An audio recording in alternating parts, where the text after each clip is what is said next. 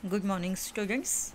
આજનું આપણા ગુજરાતીના સબ્જેક્ટમાં આજે આપણે ભણીશું ગ્રામર એટલે કે વ્યાકરણ, જે તમારું થર્ડ લેસન જે છે પ્રયાણ, તેના પછી આ ગ્રામર તમારું આવે છે તમારી ટેક્સ્ટબુકમાં, જે સમાનાર્થી, વિરુદ્ધાર્થી અને જોડણી, બરાબર, એ સમજાવી રહ્યું છે. હવે સમાનાર્થી, વિરુદ્ધાર્થી અને જોડણી, તો ઘણીવાર આપણને સમાનાર્થી શબ્દોમાં, વિરોધી શબ્દોમાં અને જોડણીમાં ઘણી તકલીફ પડે છે. તો પહેલાં આપણે સમજીશું સમાનાર્થી. સમાનાર્થી એટલે એનો શું અર્થ લેવાનો છે તમારે? જેના અર્થ સમાન છે, સમાન પ્લસ અર્થી, બરાબર.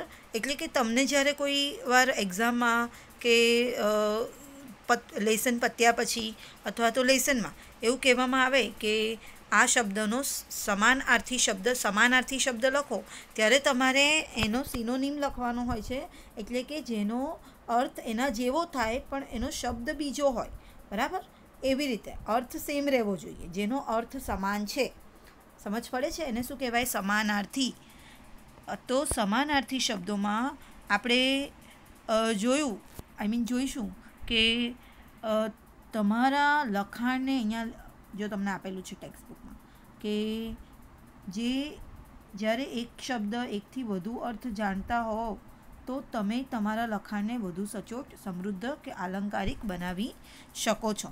જ્યારે તમારી પાસે શબ્દ ભંડોળ બહુ બધું હોય ને, તમારી પાસે ગુજરાતીમાં શબ્દો બહુ બધા હોય ને, તો તમે તમારું લખાણ વધારે સારું બનાવી શકો છો. એમ કે છે તમને તમારી પાસે શબ્દ ભંડોળ જ ના હોય અને તમારી વારંવાર મિસ્ટેક થયા કરતી હોય લખવામાં, તો એનાથી તમારી ઇમ્પ્રેશન પણ સારી પડતી હોતી નથી. યોગ્ય અર્થ સંદર્ભે જેના કારણે તમારા ઉત્તરો ઉપરાંત નિબંધ, વાર્તા આદિ વધુ આકર્ષક બની શકે છે, બરાબર. જ્યારે તમે સાચી જગ્યાએ સાચો શબ્દ વાપરો ત્યારે તમે જોજો. હવે ક્વેશ્ચન આન્સર તો તમે લોકોએ લર્ન કરો તો તમે લખી શકો છો, પણ જ્યારે તમને સ્ટોરી રાઇટિંગ આવે કે નિબંધ લખવાનો આવે કે લેટર રાઇટિંગ આવે, તો ત્યારે તમારી પાસે શબ્દ ભંડોળ હશે અને તમને ખબર હશે ને કે કઈ જગ્યાએ કયો શબ્દ વાપરવાનો છે, તો તમારું લખાણ વધારે સારી રીતે ઉભરીને આવે અને તમને સારા માર્ક્સ એનાથી મળી શકે છે.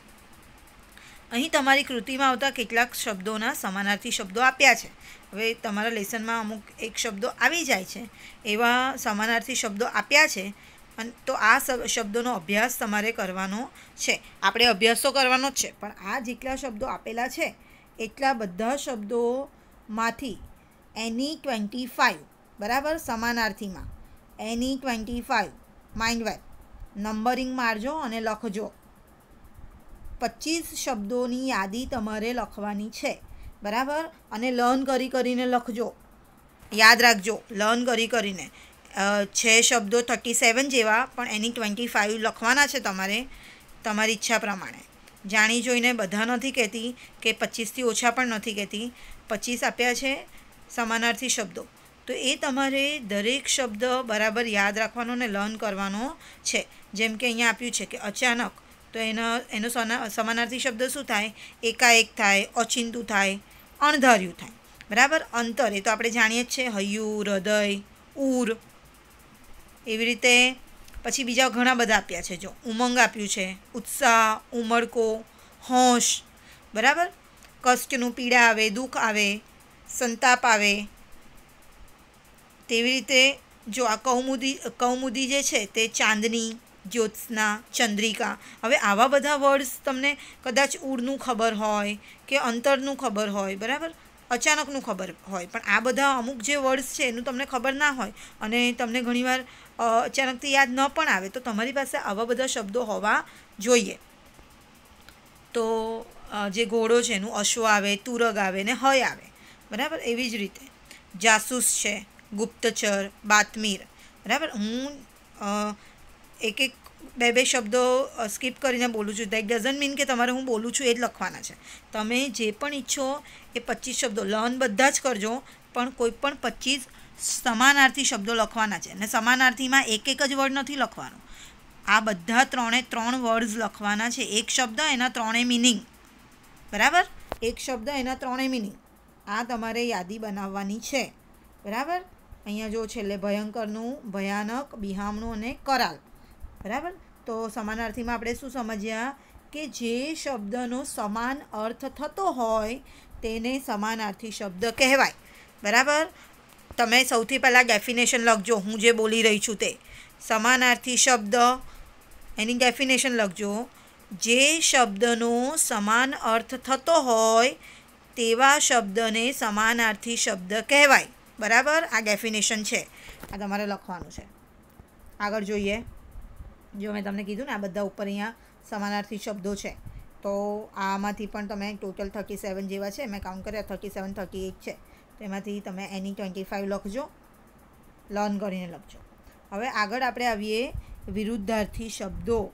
હવે વિરુદ્ધાર્થી શબ્દો જે છે એની ડેફિનેશનમાં શું લખવાનું છે? જ્યારે કોઈ શબ્દ માટે એના વિરોધી શબ્દનો ઉપયોગ કરવામાં આવે ત્યારે તેને વિરુદ્ધાર્થી શબ્દ કહેવાય છે.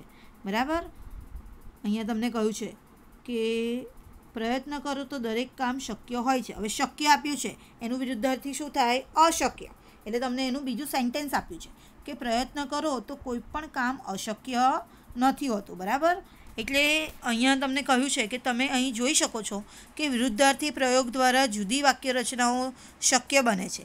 સંદર્ભનો ઉચિત પ્રયોગ કરવાથી અભિવ્યક્તિ વધુ સચોટ અને ધારદાર બને છે. શું કહે છે? કોઈ પણ શબ્દનો સંદર્ભનો ઉચિત પ્રયોગ કરવાથી. બરાબર. તમે આ સેન્ટેન્સનો મિનિંગ એક જ થાય છે. તમે ઉપરના બે સેન્ટેન્સ જુઓ તો એનો મિનિંગ કંઈ અલગ નથી થતો કે પ્રયત્ન કરો તો દરેક કામ શક્ય બને અને પ્રયત્ન કરો તો કોઈ પણ કામ અશક્ય નથી હોતું. પણ બેઉમાં શબ્દો કયા વપરાયા છે? અલગ અલગ, વિરુદ્ધાર્થી. બરાબર. તો આવી રીતે તમે તમારી ભાષાની અભિવ્યક્તિ સારી રીતે કરી શકો છો. એટલે ભાષા સારી રીતે જો તમારી પાસે શબ્દો હોય તો લખી શકો છો. એટલે કે વિગતને વધુ સચોટ રીતે રજૂ કરવા માટે સમાનાર્થીની જેમ વિરુદ્ધાર્થી શબ્દો પણ ઉપયોગી નીવડે છે. હવે તમારામાંથી ઘણા સ્ટુડન્ટ્સને હજુ સમજ જ નથી પડતી કે સમાનાર્થીમાં કેવી સાઇન હોય અને વિરુદ્ધાર્થીમાં કેવી સાઇન હોય. આ હું તમને પ્રાઇમરીથી કહ્યા કરું છું કે વિરુદ્ધાર્થીમાં હંમેશા બે શબ્દોની વચ્ચે ક્રોસની સાઇન આવે ને આવે. વિરુદ્ધાર્થી શબ્દોમાં હંમેશા ક્રોસની સાઇન આવે. એ તમને યાદ જ હશે, હું તમને પ્રાઇમરીમાં પણ કહેતી હતી. અને હમણાં પણ જો સમાનાર્થી શબ્દ છે એ સામસામે તમે ડેશ ડેશ કરીને લખો તો ચાલે, પણ વિરુદ્ધાર્થી શબ્દોમાં હંમેશા ક્રોસની સાઇન કરવામાં આવતી હોય છે. બરાબર. અહીં તમારા પાઠ્યપુસ્તકમાં આવતા કેટલાક શબ્દોનો વિરુદ્ધાર્થી પ્રયોગો આપ્યા છે, તેનો અભ્યાસ કરો. તમારે અભ્યાસ નથી કરવાનો, તમારે આમાંથી પણ વિરુદ્ધાર્થી શબ્દો લખવાના છે. આ પણ ઘણા બધા આપેલા છે, તો તમારે આમાંથી આજે લગભગ 50 જેવા આપ્યા છે, આમાંથી પણ તમે 25 જેવા એટલે કે 25 જેવા લખજો. બરાબર.